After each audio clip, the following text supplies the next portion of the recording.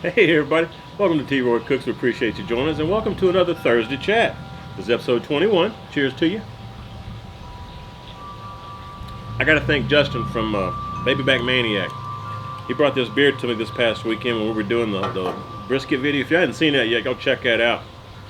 I did a wrap test on 3 different briskets. So this is their the Dallas Blonde, and this is from Deep Ellum Brewing Company around Dallas. I think from Allen, Texas, actually. It's good stuff. Appreciate you bringing me some beer, Justin. Plus, I get questions all the time what I'm drinking. And man, I really like that Badger beer. And I checked with my local convenience store where I grabbed my beer, and they said they should be getting the Badger in next week. So I think that's probably a new beer selection that the Deep Ellum Brewing Company has. But I'll be getting some of that soon. That's some good stuff. And so is this blonde right here. If this is your first time here, the way this works is each of you ask questions in the comments below. I'll take those questions, add them to my list, and in future episodes I'll go through the list and I'll answer your questions directly. Alright? So if you have questions, just put them in the comments down below.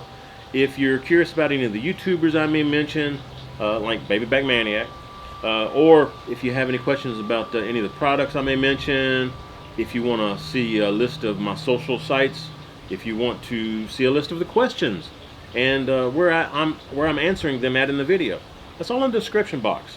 How do you get there, you may ask? It's simple. Right beneath the video, there's a Show More button. Just click that. It'll open the description box. All that information is in there.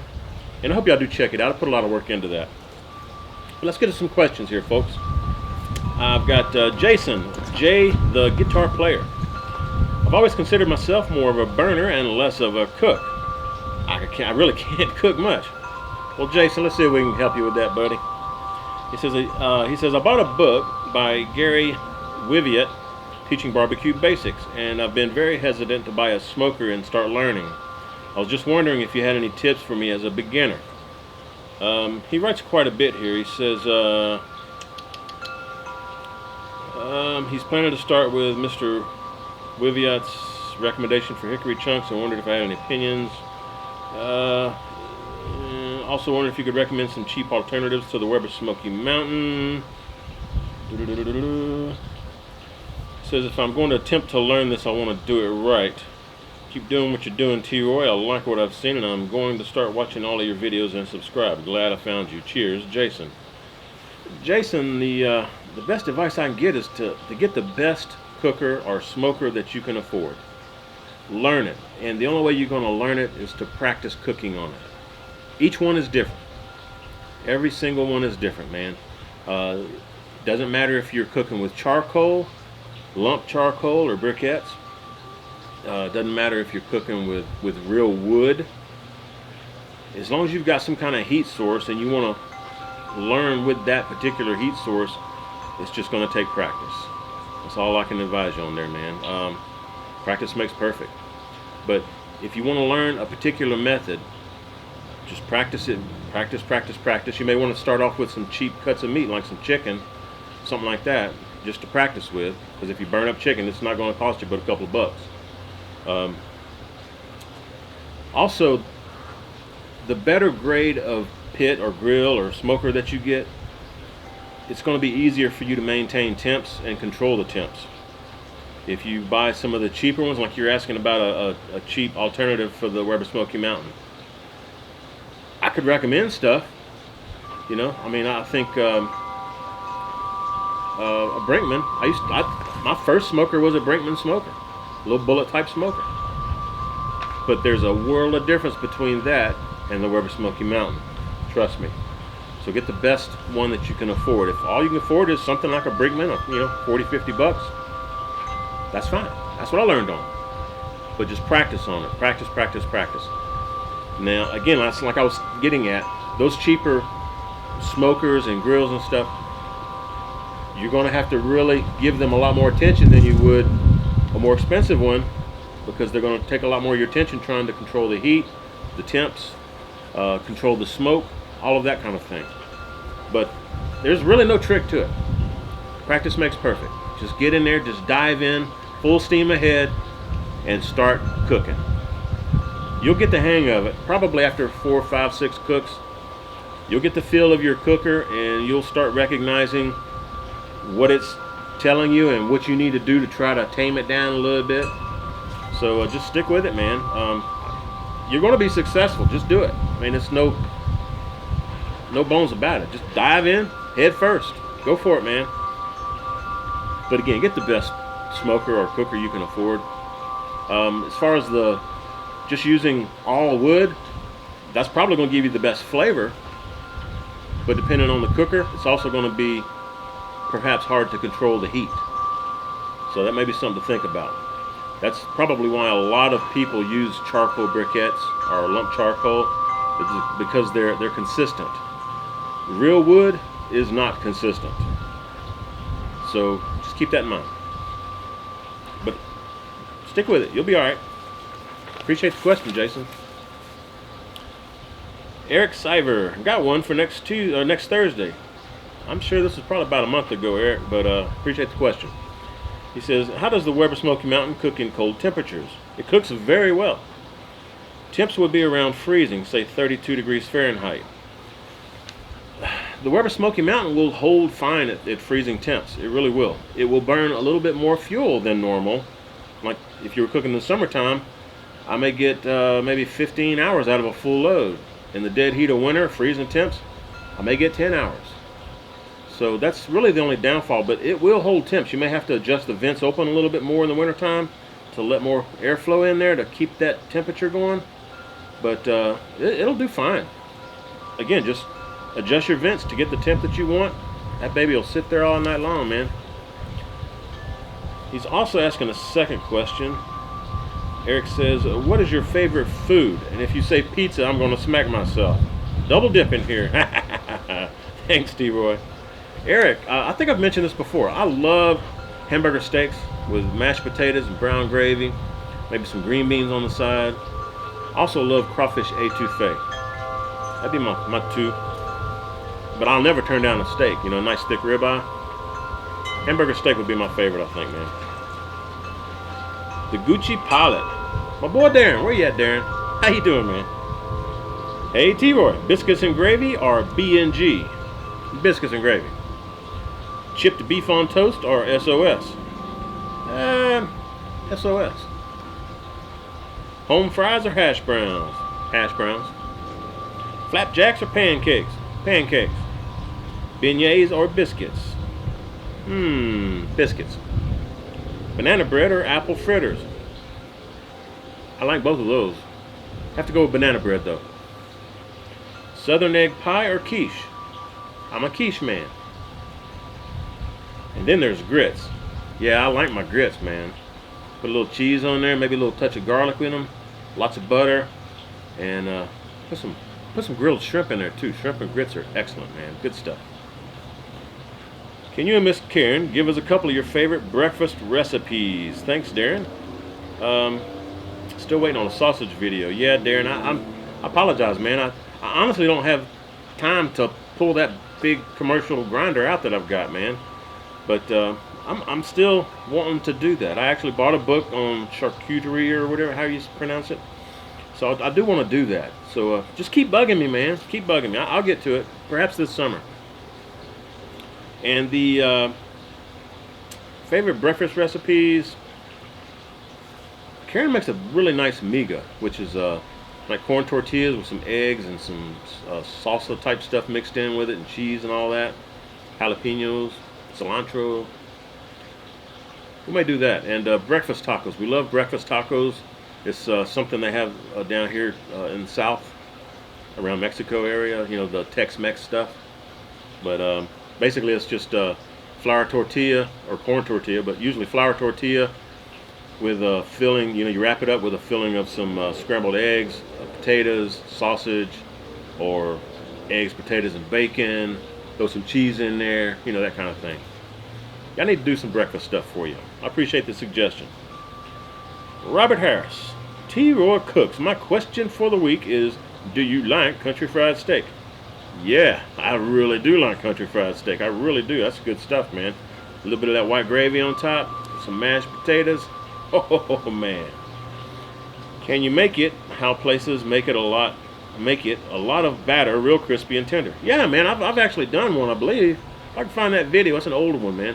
If I can find it, I'll put it up here for you. It turned out excellent from what I remember. Pretty sure I did a video on it. He said he likes the one that's at Chili's. And a little side question: Are you worried about the little bit of rust on your Yoder firebox, restoration plans, etc.? Thanks, Troy. No, I'm not worried about it a bit. Yoder warranties their offset smokers for a lifetime against rust through and all that. I'm not worried about it at all. And what I do, I treat it like a cast iron skillet, because that firebox gets so hot with that wood in there, it's hard to keep paint on it. You really can't keep paint on it. So what you got to do is rub it down real good, or keep it rubbed down with some high temp oil. I use grapeseed oil, you know, something like that, peanut oil. Just rub it on there like you would a cast iron skillet. Fire it up and let that oil bake into the metal. And I just don't do it enough. That's why it's looking a little bit rusty. But yeah, that's all I would do. Just treat it like a cast iron skillet, man. It'll last a lifetime. Damian Johnson, my buddy out of California. How you doing, Damian? He says, out of Worcestershire sauce, olive oil, and mustard, which one is the best that you like to rub on meats? I like Worcestershire sauce best. It's good stuff. Kathy, she's asking, what do you think of the racks that set up ribs on the side rather than flat on the grill? Do they cook as evenly? I've only used them a couple of times, Kathy, and yeah, they do work, and they do cook pretty evenly. You can actually fit a lot more on your grill that way, and the heat, since the ribs are laying up and down instead of flat, you get more airflow as well, so they probably cook a little bit faster. Plus, when the meat's dripping, rendering the fat out and stuff, those juices just drip right down into the fat and into the meat, and help keep it moist that way a little bit too. Now, I will say it's harder to spritz them or to grill barbecue and stuff on them at the end, but it's doable. I just have luckily I have a large enough grill that I don't need to do that, but yeah, it's doable. It works. It's fine. Nothing wrong with that. In fact, I see JB doing it all the time. What is it? Louisiana Cajun Recipes. Started to say Southern Coastal Cooking. That's my other buddy that has the Yoder pellet, the YS640, Joe. Go check them both out, man. Again, links down below. Click show more for the description. Goody MB, what are your thoughts on the ThermoWorks Smoke versus the Maverick 733? Let's see, the ThermoWorks Smoke. I've got one recently. In fact, I became an affiliate with ThermoWorks. So if you're interested in buying some ThermoWorks products, check out my description box and click that link. It'll take you to their website, and it won't cost you a dime more, but I'll get a little bit of credit for it. So if you buy something. The smoke itself, man, it is very well built. It's more of a commercial, but just feeling it. It's heavier than the Maverick. It's a lot better built, in my opinion. It's more of a commercial type wireless thermometer type situation than your Maverick. The Maverick it's great. I mean, it's accurate, and I had one for probably 4 years or so before this smoke came out. But the Maverick is real hard for me to try to set the temps on and all that good stuff. You know, it's just difficult to remember what buttons to push to get it to do what you want it to do. The smoke is super easy. I mean, basically, you got buttons on. I'll show y'all someday. You got a set button. You press it, and the high temp starts flashing, and it's a little up and down to raise or lower the temp. A little up and down arrow at the bottom. You raise it to the temp you want, hit set, and then it'll switch to the lower number. Set that one, hit set again, and you're done. Do that for both of the probes. It doesn't get any easier than that. I love it. Plus, the smoke has the instant read thermometers probes, so within 2 or 3 seconds you're getting an instant reading. And also, I found that the wireless range on the smoke is a little bit better. It's a little bit better, a little bit stronger signal than the Maverick. And it updates between the handset and the base. It updates, I want to say, like, you can correct me, Justin, because you did the review on it, man. I think it updates like every 15 seconds or so, where the Maverick updates I want to say every half minute or a minute, so it updates quicker as well. Also, Goody MB says, how about some grilled quail, a Central Texas delicacy? Yeah, man, I actually do have some quail that's in my freezer right now. If you got a great recipe you want me to try on video, send it to me, man. Hit me on Facebook, send me a PM or something, or direct message here on the YouTube channel, man. Just click about on my YouTube channel, on the front home page, click about, and that'll take you where you can and get my email address. Just send me an email directly, man. Logan West, my good friend Logan. How you doing, buddy? How's you and your family doing? Man, if y'all don't remember Logan, he's the one who did that fantastic parody video of me, and I'll put it up here for you. Love that video, Logan. Man, I still watch it from time to time. Oh, man, that's a good video. You did a fantastic job. You and your entire family. Oh, man, and your wife in the background sounding like Karen, you know, hollering and stuff. I loved it, man. All right, Logan, what you got for me, man? Have you ever tried doing sous vide? No, I haven't. In fact, my cousin texted me today. He was like, man, I just got this sous vide machine, man. It's fabulous. You got to try one, you know, and I do. I need to get one. He sent me a link for the one that he's got, and he says he loves it. So I just need to get one, Logan. I had some sous vide once at John's, Big Meat Sundays. He did a New York strip for me, sous vide. Man, it was fantastic. Just succulent, succulent meat. Man, it was so tender, so good. All right, Logan says, if you have, get out of here. Looking like one of them yellow jackets again. All right, again, back to Logan's question. He says, have you ever tried sous vide? No, I don't have one, but I've tried it. If you have you ever combined that with smoking process? That would be an excellent idea, actually. He says, I'm going to be getting into this soon, and the idea of medium rare yet tender falling apart brisket is mouth-watering. But I'm also going to be trying to get some kind of bark and smoke on it. Yeah, sous vide it, and then throw a little smoke on it at the very end.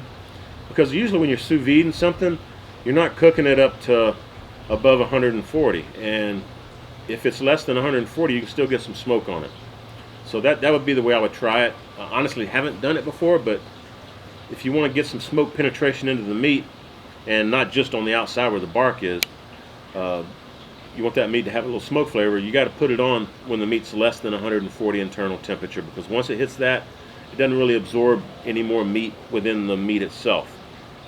But the smoke, as somebody was pointing out on one of my recent videos, if you keep smoke in the cooking chamber after the meat reaches 140, that smoke, the smoke particles in the air help develop the bark. So it's a good idea to keep the smoke going in there, is what I'm trying to say. Smoking hams, country cooking. Here's a question. What do you and Karen do for Valentine's Day? Ooh, that's bright. You know, Ashley, y'all go check out Ashley's channel. Smoking hams, country cooking. Sorry, man. Son's messing with me.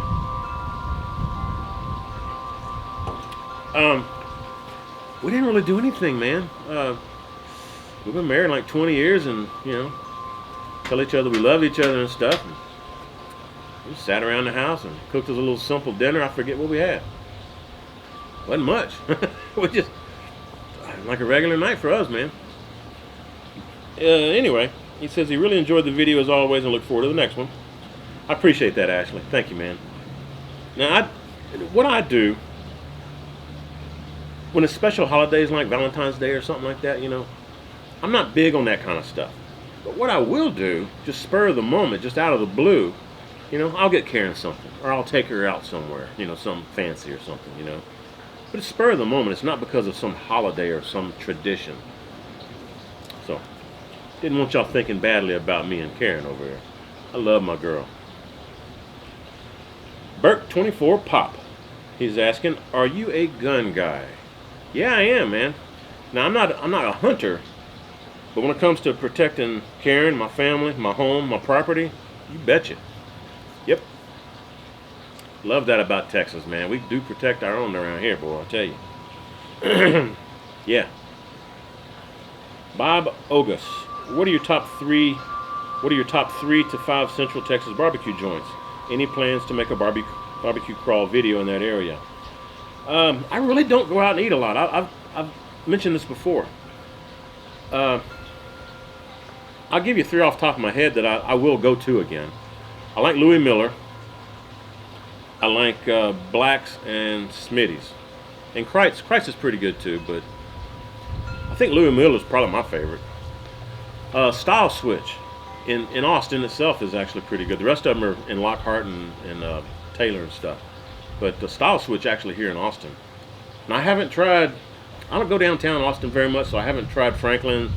I haven't tried Le Barbecue, which is, I think, Louis Miller's daughter or granddaughter, something like that, runs that one. But there's some other ones I haven't tried. And I just don't like Salt Lake. That's a touristy spot, man. Mad Dog 8148. T-Roy, my man. I know you're a busy guy, but I have to ask. I know you reference you're from Louisiana, right? Yeah, I am. From Louisiana, from around Baton Rouge. Or are you from Texas? Have I already answered this one before? I forget, man. Did you ask this one twice, Mad Dog? Sounds familiar, man. Yeah, I'm from Baton Rouge. Got here to Texas, and it was about 1990. So yeah, I did answer this one before. Maybe you asked it twice. That's another thing too, folks. If you ask a question and I don't answer it the following week, you don't have to ask it again, because I'll take all those questions, like the ones from this video right now. I'll take all those questions, I'll add them to my list in the order that they were received, and I'll answer them on a future chat. So you know, if you're asking questions twice just trying to get me to answer it quicker or something, don't do that. But I will say, if you've got a question and you need me to answer it timely, you know, give you a quick response because you're fixing to go buy a cooker or something, state that.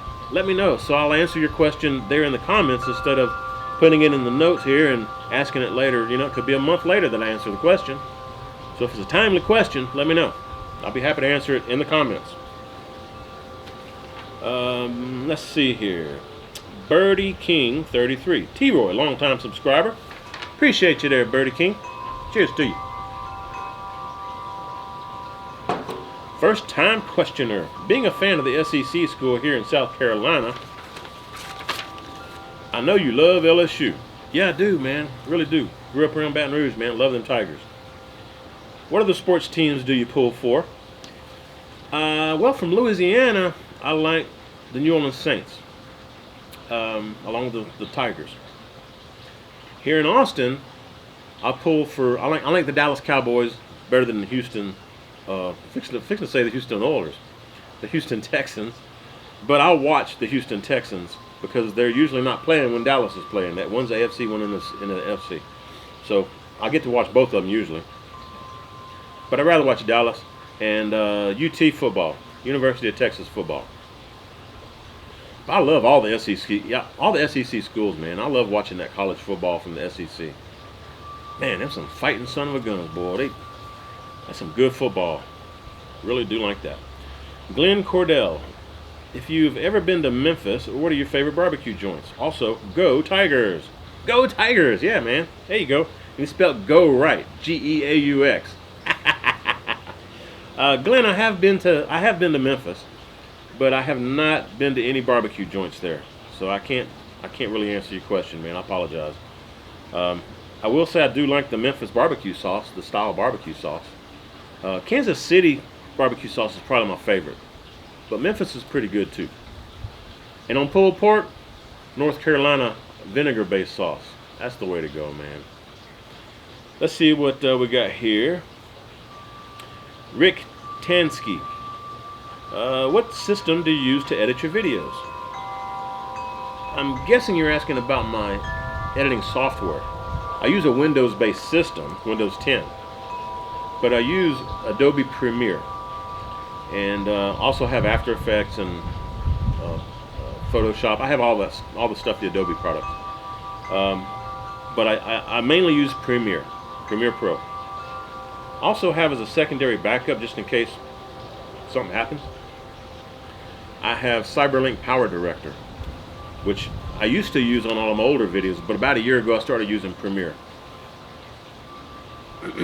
Let's see. Ellen's Homemade Delights. Ellen, I've been meaning to talk to you, girl. I'm going to get to your question here in a minute. But this goes out to Ellen along with quite a few of you. YouTube recently changed their algorithms or whatever they use to filter out spam comments, okay? And I haven't figured out what's causing it. Maybe it's because you're sending me a comment through your cell phone or your other mobile device. I'm not sure. But I've noticed some of you are starting to include like some little happy faces and stuff. When that happens and YouTube gets that comment, they send it to my spam filter. And I used to be able to go through and approve those comments and let them go into my regular comment so everybody could see your comment. But for some reason, YouTube's not letting me approve those messages. So all I can do is give you a thumbs up on your comment. That's all I can do. I can't do anything with your comment. I can't answer it unless I go directly to your channel and answer you directly there with a direct comment. So I apologize, Ellen. It's not me that's not wanting to answer you. I really do. Along with Vincenzo's Plate and Tango Joe, you even got caught in my spam filter, buddy. Man, I don't know what's going on with YouTube, but something's messed up. A lot of my old time subscribers and people who comment frequently on my channel, you're getting blocked. So if I don't answer your comment or I don't respond to your comment like I usually do, if I just give you a thumbs up, it's because I can't do anything with your comment. So I apologize. It's YouTube's fault though. All right, Ellen's Homemade Delights. Y'all go check her out. Ellen's got a great channel, folks. Hit show more. Get to the description box. You can find Ellen. Ellen says, "Hello, Troy. I have a question. Can you smoke a hen or a duck?" Yeah, Ellen. Any kind of poultry is going to be the same, pretty much. Yeah, I could definitely do that for you. That's a good idea. I appreciate the suggestion, Ellen. God bless you, girl. And you too, Sandra. God bless you, girl. Lucy and Fifi's doing just fine. I thought Lucy was back here behind me. That's why I was looking. I got chairs all around me. See, I had to pull my chairs away from my table. That's why I got one sitting back here and one's further back away from the table that way. So Lucy can't get on the table. You know, she likes to moon yaw and stuff. Can't have that, right, Keith Bettag? Let's see. Bourbon Bob. What you got for me, Bob? What food is hardest to eat with a beard and a mustache? I just made a mess of my beard with some ribs. Bourbon Bob, Louisville, Kentucky. Bourbon Bob. Hey, cheers to you there, buddy. Yeah, man. Yeah. Barbecue is one of those things that it'll get all, you know. Karen's kind of funny, man. It's like when I'm eating, it happens with me when I'm doing some kind of a chowder or a soup. You know, I'll get a little bit in there. And Karen likes to pick at me. She'll tell me I've got pirates in my hair ship. So it usually happens to me with more liquidy type stuff though. But yeah, barbecue sauce for sure, man. But that's just midnight snack later on, man. I'm just kidding. George M, I have a question. I'm looking to smoke my first brisket soon, and I was wondering if you've ever counted or have an estimate on how many logs you go through on a brisket cook. That honestly is going to depend on your smoker, on your pit. I can tell you on my Yoder Wichita, it usually takes me 2, maybe 3 logs to get it up to temp. And once it's up to temp, I throw a log on about once every hour, 45 minutes to an hour. So that's 3, and then let's say we got a 12-hour cook. That's another 12. That's 15 logs. It's a rough estimate. Sometimes more, sometimes less. Depends on the temperature outside too. Like I was talking about the Weber Smoky Mountain earlier. In the wintertime, it's going to burn a little more fuel. In the summertime, a little less fuel. So in the fall and the spring, it's just right. All right, good luck with that brisket, George. James McDonald. Hello, Troy. I watch your videos all the time, and I love them. Man, I appreciate that. Appreciate that, James. Cheers to you, buddy. He's asking, what is the average size of the briskets that you cook? The average size of the briskets, I'd say probably 12 to 15 pounds. I don't usually go above 15 pounds.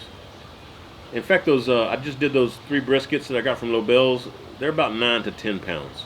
So that'll help you kind of determine. And I can actually fit 4 of those across my bottom grate on my Yoder Wichita, and I could fit another 4 if I had my shelf put in. So my Yoder would hold like 9 to 10 pound briskets. Let's see. Martin Flores. Martin, you've been around a long time, buddy. I appreciate the support, man. Thank you very much. Have you ever tried meat from Snake River Farms? You are awesome, Troy. Martin, I have not tried any meat from Snake River Farms. The reason is because even though the deal that I have with Lobels is just basically a gentleman's handshake, it's no contract or anything, but I don't want to stir the pot. I don't want to have something on my channel that's going to be a competitor to Lobels, because I love Lobels products. I really do. I've heard that Snake River Farms has great stuff, and I'm sure they do. But one of the downsides for me, and one of the reasons I really love Lobels, they don't freeze their meat.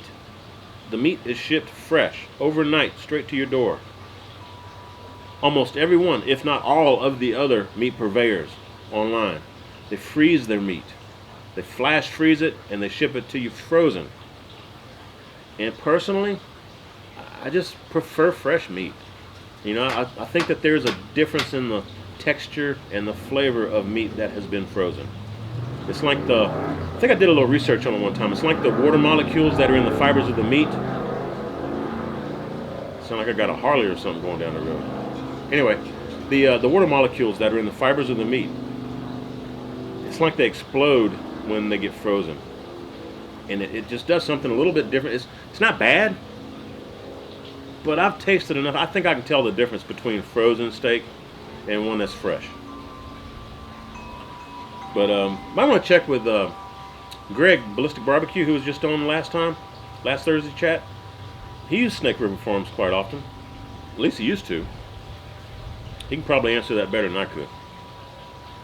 Robert Harris. T. Roy cooks. Do you like restaurant style country fried steak? Now, Robert, you asked this before, didn't you? Yeah, going back a page. T. Roy cooks. My question for next week: do you like the country fried steak? Yeah, Robert. See, this is what I was talking about a while ago, man. Not to harp on you or anything, but you're asking me the same question twice. There's no need to do that. I've already answered your question. I'll get to it in the order that I receive it. So if you ask me a question on this one and then ask the same question on the next week's Thursday chat, I'm going to get to the one on this Thursday chat first. And if I see it again on the next one, I'm going to skip it because I've already answered it. Yeah, I love country fried steak. Sleepy Dude 17. Hey T, big fan from New York City. Enjoy your relaxed style, brosif. Hey man, I appreciate you. Thank you very much. He says, I got into smoking about 2 years ago and I love it. I've so far purchased a PBC, a pit barrel cooker, and an old country offset. Fantastic, man. You stepping right on up in the game, man. I bet you do have some great cooks on that stuff. He's not quite ready to spend the serious bucks yet. He says, I'm looking for another one and looking for another smoker, and was looking into the Upper Smoky Mountain. However, recently saw the Barrel House smoker. I know it's similar to the PBC, but I like the dual level cooking space. Any thoughts?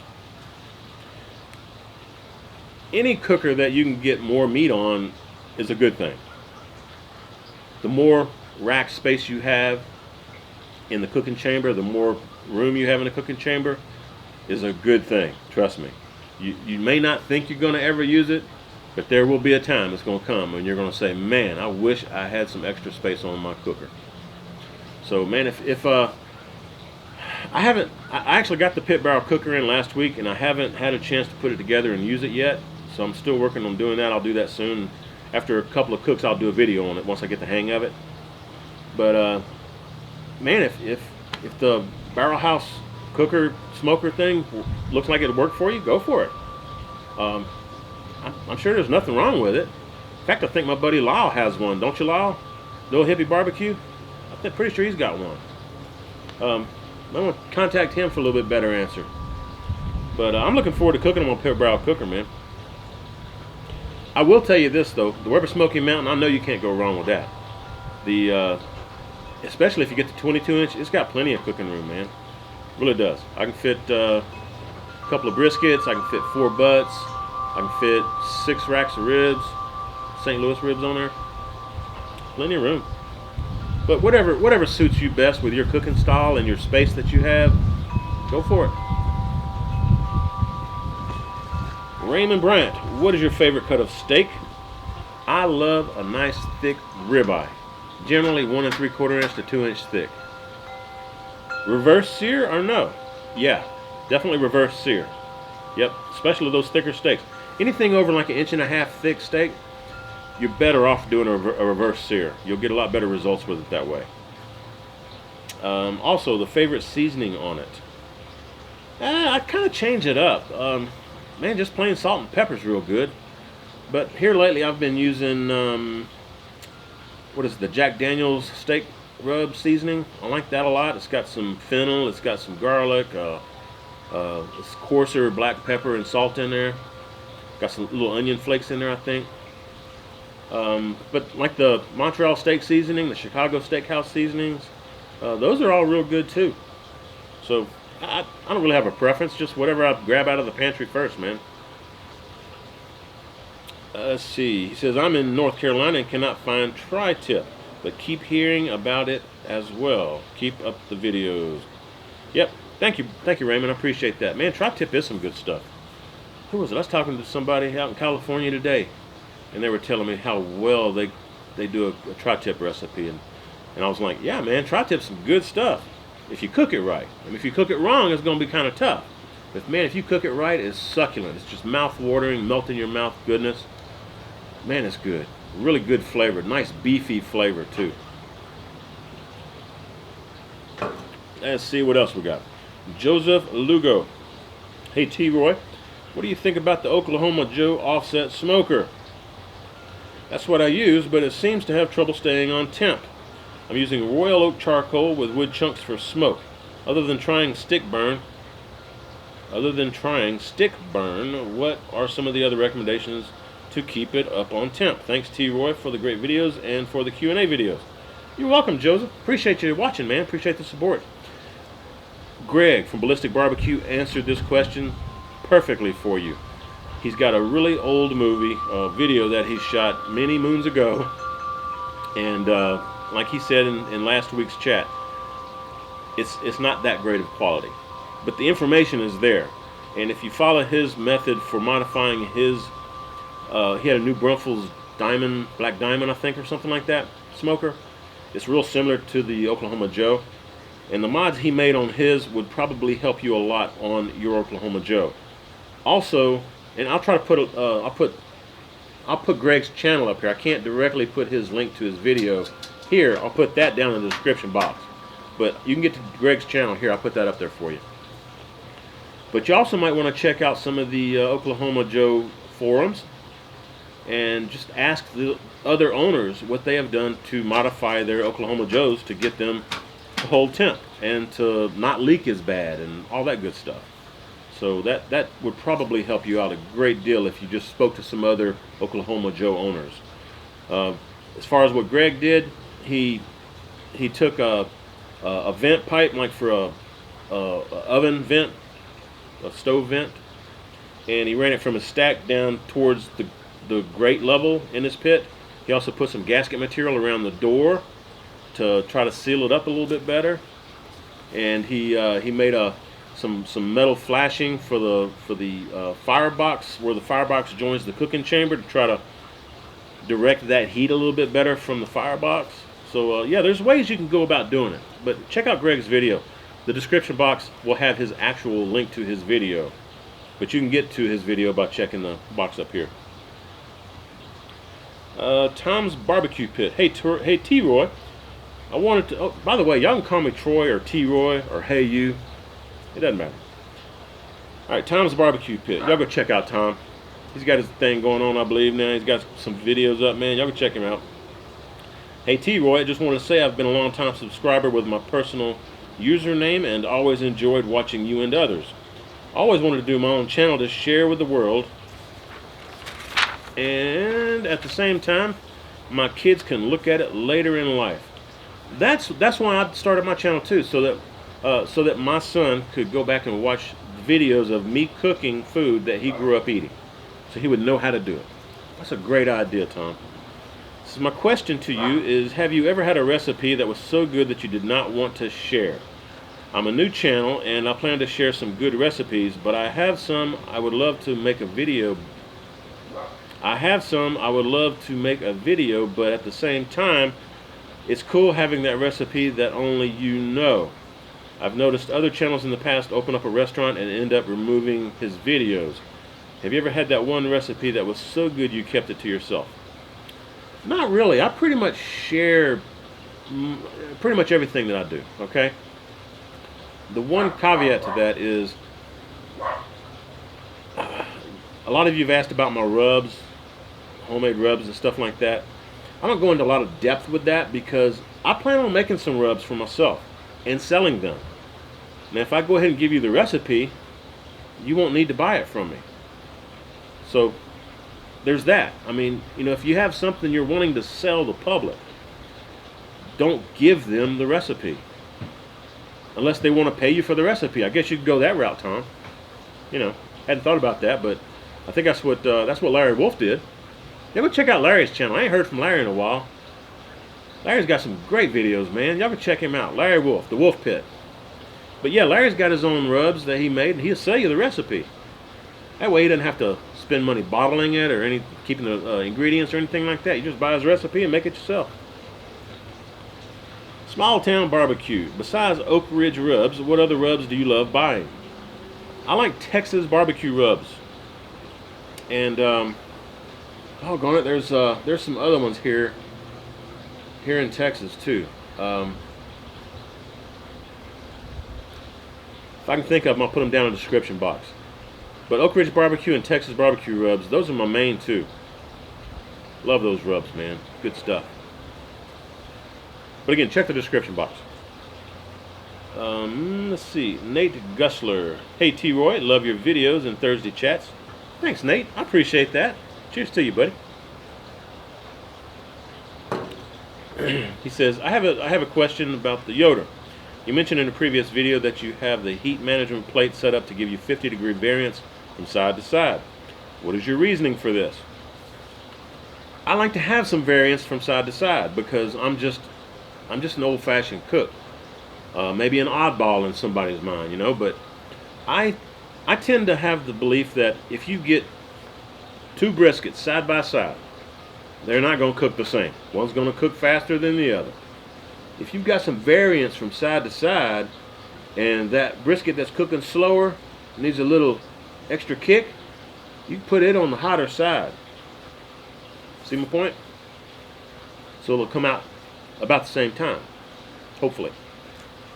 So just stubborn pieces of meat, if they give you a hard time, you can move them around in the cooking chamber and adjust the temp that you're cooking them at. That's my whole perspective with it. Let's see. Also, was it difficult to maintain even temps across the cooking chamber using the heat management plate? No, you can. I've got the heat management plate in my Yoder, and the way I've got it set up, I do get 50-degree variance, 50 to 75-degree variance, usually about 50 degrees. But if I wanted to, I could move it a little bit one way or the other, and I'll get even cooking heat all the way through my cooking chamber from side to side. It just depends on where you want to adjust your heat management plate. And most well-built pits are that way. They usually come with some type of heat management system, and you can adjust them to adjust the temps in your cooking chamber. Folks, I'm going to hold it right there. I'm not sure how many questions that was, but it seems like that was a bunch. Hopefully this video isn't an hour long. I appreciate each of y'all watching. If y'all still like this kind of stuff, y'all leave me some feedback, give me some comments, give me some thumbs up. I'd appreciate it. Again, if you have questions, leave them in the comments section down below. I'll be sure and answer them. If it's a pertinent question where you need a quick answer, let me know that too, so I'll answer it in the comments for you instead of waiting a month to answer it in another chat. This is great, folks. I love each and every one of you. Thank you so much for your support. And just one more thing. I had somebody ask me recently, wasn't on one of these chats, but just recently, another video I did, another cooking video, I think. They were asking about my PayPal link that's in my description box. yes, people do give me money through that PayPal link. It works great. I had the fan funding turned on my YouTube channel, but YouTube is going to be removing that feature at the end of the month, so I'd removed it from my channel already.